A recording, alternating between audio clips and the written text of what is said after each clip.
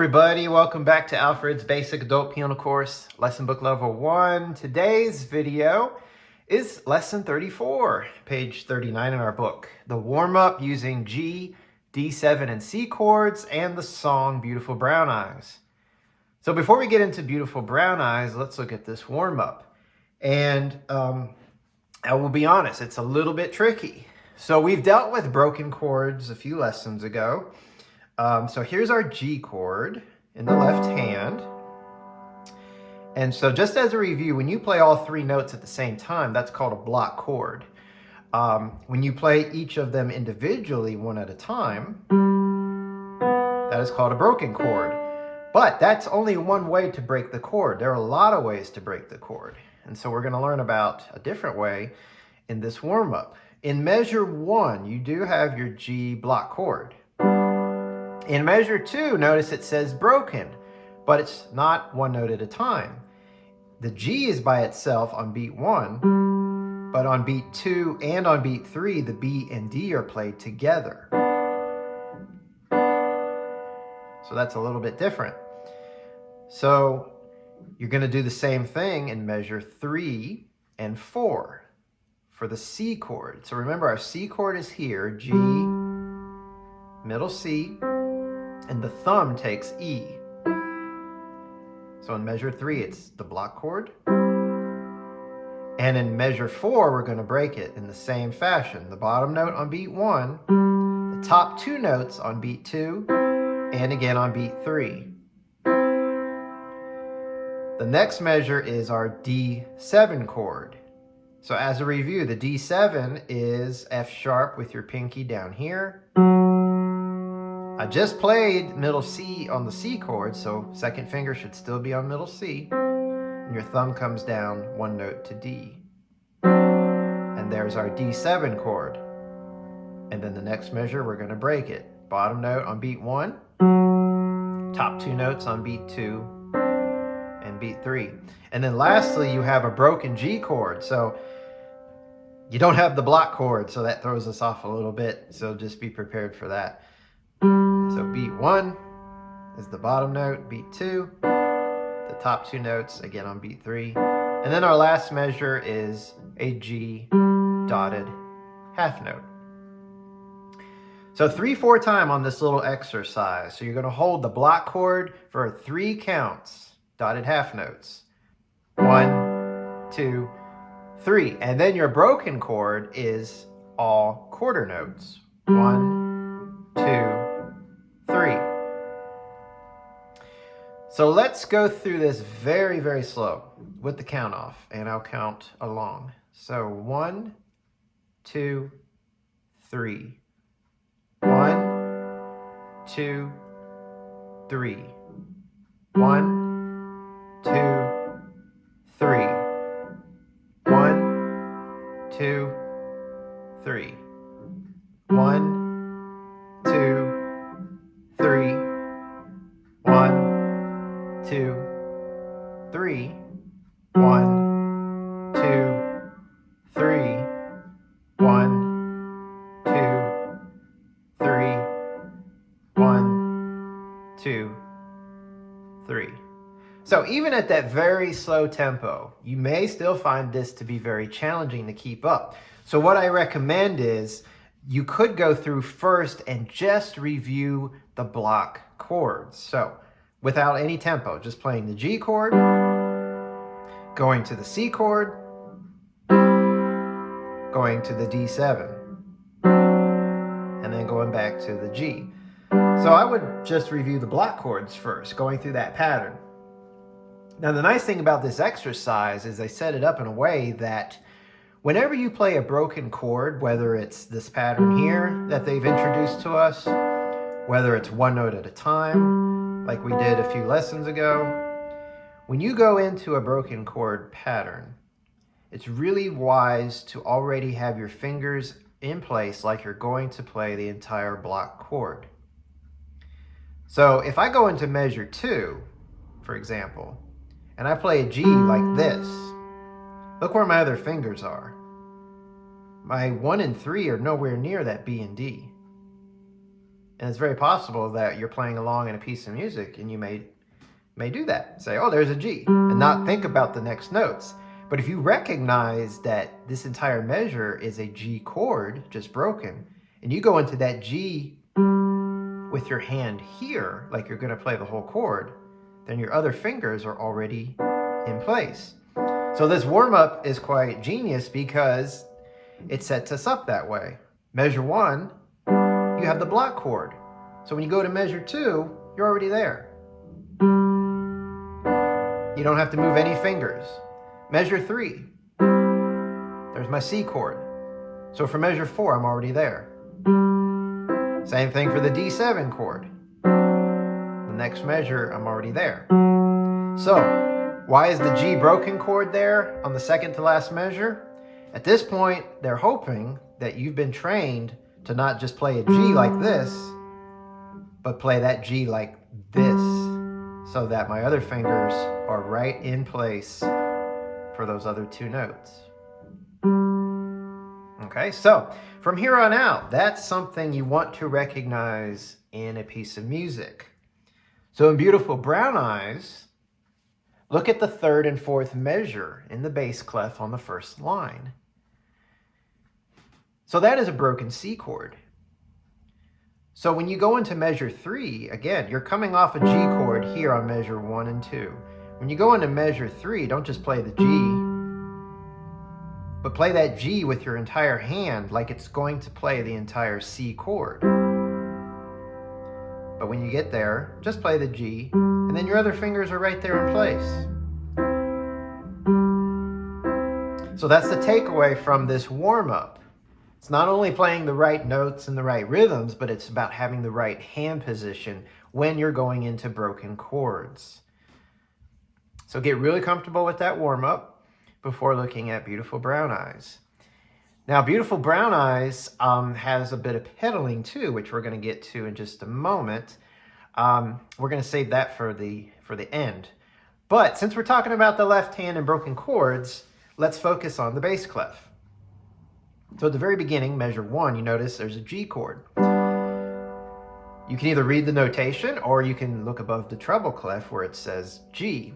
So just as a review, that G above the treble clef doesn't mean the note in the treble clef is a G. That symbol represents the left hand chord, or the bass clef chord. So G chord, and it's tied into measure 2. So you're going to hold it for a total of 6 beats. We're in 3/4 time. So just remember, it's going to go 1, 2, 3, 1, 2, 3. We just said that in measure 3, you're going to a broken C chord.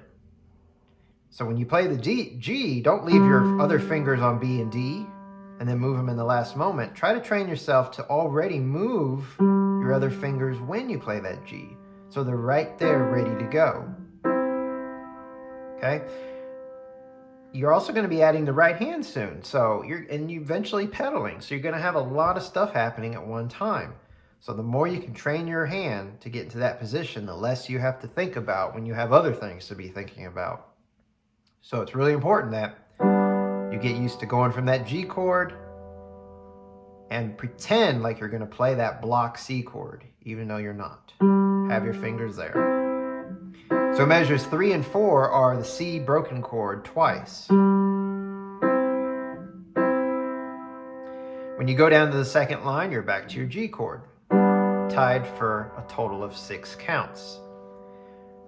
Measures 1 and measures 2. When you get to measure 3, the D7 broken chord. Pretend you're going to play the entire D7 block chord. So your hand's in position like this. And then play, as written, the F sharp on beat 1, and then C and D on beats 2 and 3. Same thing on measure 4. Third line, back to the G chord.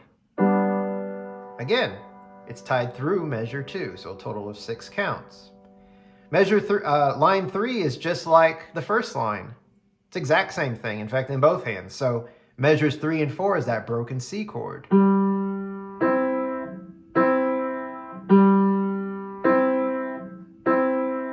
And then the last line, the D7 chord. tied for 6 counts. Measure 3, your G chord, but broken. And then you end with a G dotted half note. So really, before you even go through the left hand and do the counting, I recommend that, again, you just get used to following the chord patterns. So at the very beginning, the G chord, practice going to a block C chord. Just make sure you got that down. And then play it as written. Again, don't worry so much about the counting yet. Just go from a block G chord to the broken C chord, but remember, have your hand already in position. Once you're comfortable doing that for the entire piece, then you can go through very slowly with a slow count, making sure you can make all those transitions without interrupting the beat. Now, if you have to stop and pause, that's okay. Accuracy first. But before you really get into putting hands together, make sure you can do the left hand at least slowly to a consistent beat. And you don't have to worry about adding pedal yet. You could if you wanted, because it's the left hand that usually dictates pedaling. But I recommend focusing on what we just discussed, and we'll add pedal at the very end. So now let's look at our melody, which is in the treble clef. So the G position for the right hand, starting with the third finger on B. So you have 3 B's, quarter notes, in the first measure.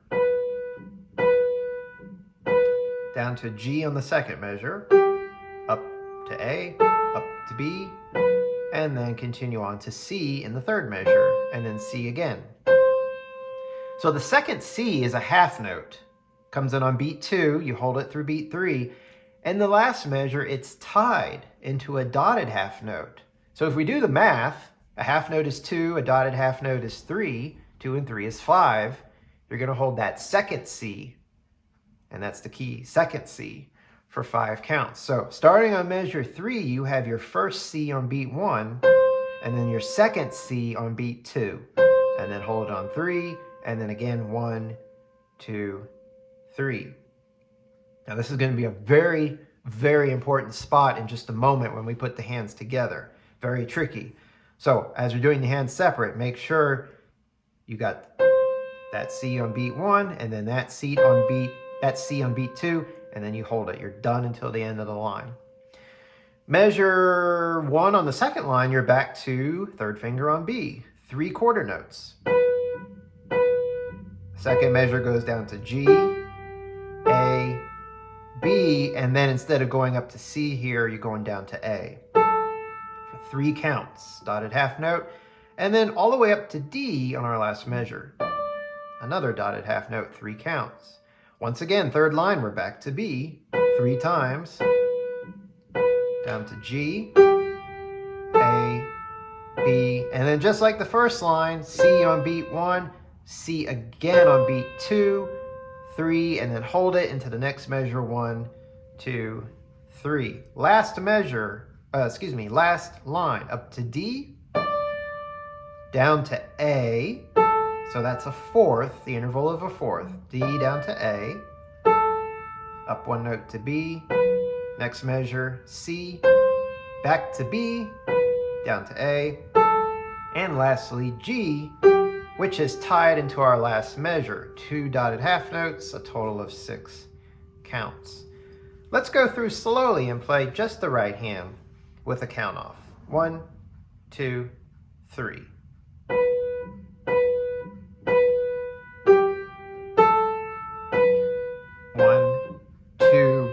Three, 1, 2, 3.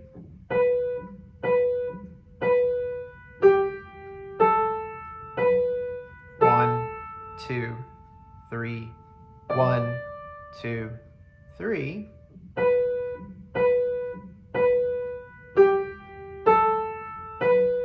1, 2, 3, 1, 2, 3.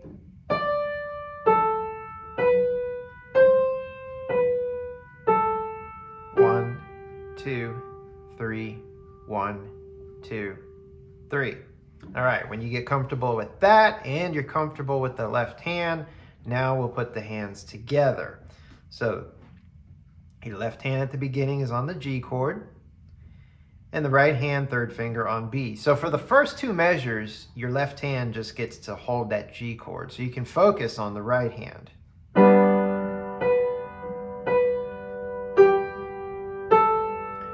Now here's where it gets very tricky in the third measure. You've got G in the left hand and C in the right hand on beat 1. Beat 2, you have, remember, in the left hand, C and E. And remember, the right hand plays C again.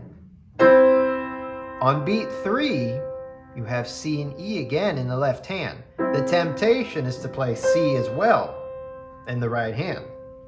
It's very easy to do this in measure 3. We just want to play that same rhythm in both hands, but that's not what's there. Beat 1, beat 2. If you're tempted to play that right hand again on beat 3, not only go slow, but when you play beat 2 right here, sync with your right hand. Maybe exaggerate it. Maybe even do something which you should not be doing as a performer, but just for now, and even rest that right hand so that you're not tempted to play on beat 3. And then the next measure, you just sit it out in the right hand. So again, let's start at measure 3, beat 1. G in the left hand, C in the right hand. Make sure those are solid and together. Beat 2. Make sure that's solid and together. Sync the right hand for beat 3. And then the next measure. So that's the first thing. You got to make sure your right hand isn't tempted to play on beat 3. Now, obviously, eventually, you can't sync your right hand down. If you do that too much, you're going to end up hurting your hand in the long run, and it's just poor, especially when the right hand needs to stay active. So eventually, you need to get to this point where that right hand is kind of like thinking, okay, I'm just going to sit this out, but not literally sit it out. So that's where you need to be. So this is a very, very tough spot right here for coordinating both hands. So if you have to, you might just start on beat 2 of measure 3 and just do this. And then back up to beat 1. But remember, on beat 3, again, don't make that right hand play. It's going to be the exact same thing on the third line, because the first and third line are the exact same thing. Let's go down to the second line now. So you're back to the G chord in the left hand, the B in the right hand. In fact, the first two measures of the second line are the exact same as the first two measures of the first line and the third line.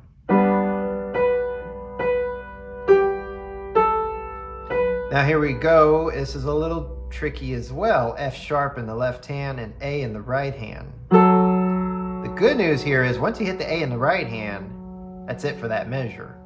It's all left hand. But be careful on this last measure that you go up to the D in the right hand when you hit the F sharp in the left hand. So those two measures again, measures 3 and 4. F sharp and A, and then the left hand's by itself. Last measure, F sharp and D, and then the left hand's by itself. So if you have to, you can really pound those out on beats 1 of each measure. Make sure the hands are together, and then it's just left hand. Together, and then just left hand. And remember, the third line and the first line are the exact same thing. So when you get to the third line, you may get to the third measure and say, whoops, I just played my right hand on beat 3. I need to review this even more. And that's okay. Very tough spot. Lastly, let's go down to the bottom line. You're on your D7 chord in the left hand and a D in the right hand. And the D7 chord is going to be tied for 2 measures. So once you hit it, you just sit there with the left hand, continue with the right hand. Remember, you go down to A on beat 2. So a little bit of a jump there, a fourth down. And then B, C, B, A. And then both hands play G's. That's nice. That feels good. G's in both hands on beat 1. And once the right hand plays it, it's done. Just let the left hand continue until the end.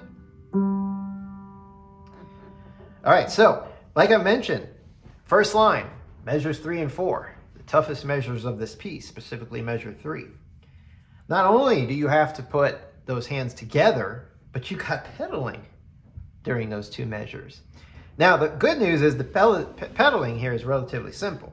When you start the beginning of the piece, even though there's no pedaling on measures 1 and 2, already have your foot on the pedal ready to go. You don't want this to happen.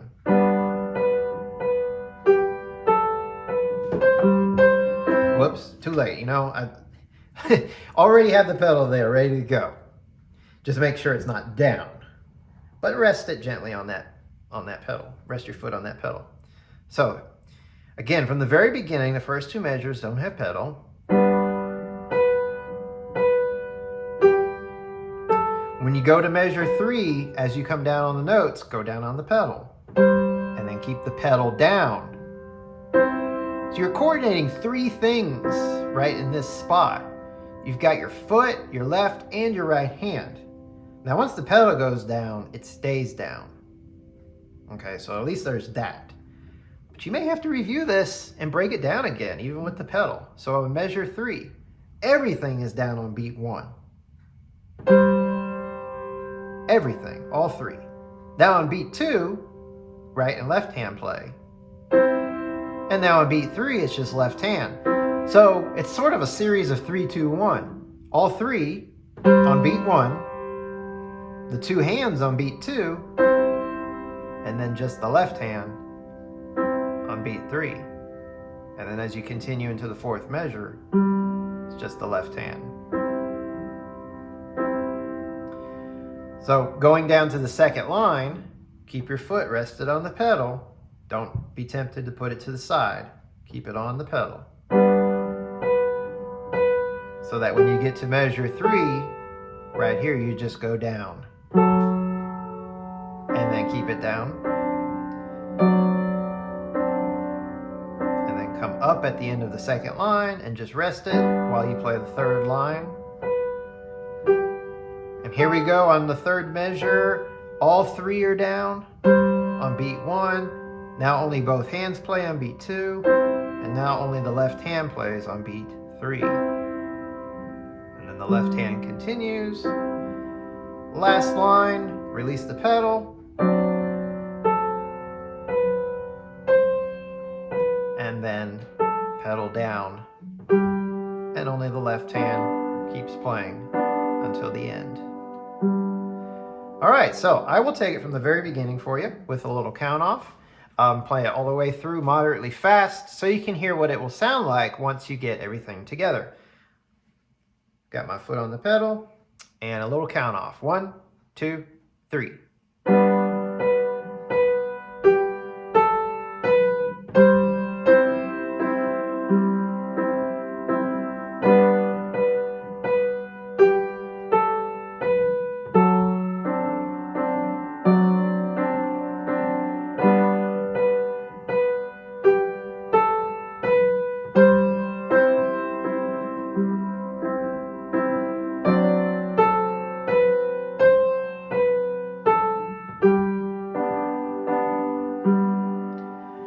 And there it is. So it sounds simple enough, but this is a very, very challenging piece right now. You're really going to have to take it one hand at a time. You got to keep working on those chords in the left hand, going to the broken chords. And remember what I said, that when you go from one chord to a broken chord, pretend you're going to the block chord, even though it's broken. Already have your fingers there. We talked about measures 3 and 4 in the 1st and 3rd line. Extremely tricky. Go really slow. And when you add the pedal, especially there, remember, I think this system will help you out. All 3 on beat 1. Both hands and the pedal go down. Only the 2 hands on beat 2. And then only the left hand on beat 3. So I think that'll help you with the coordination. This is an excellent piece to work on coordination. A lot happening. So spend some time on it.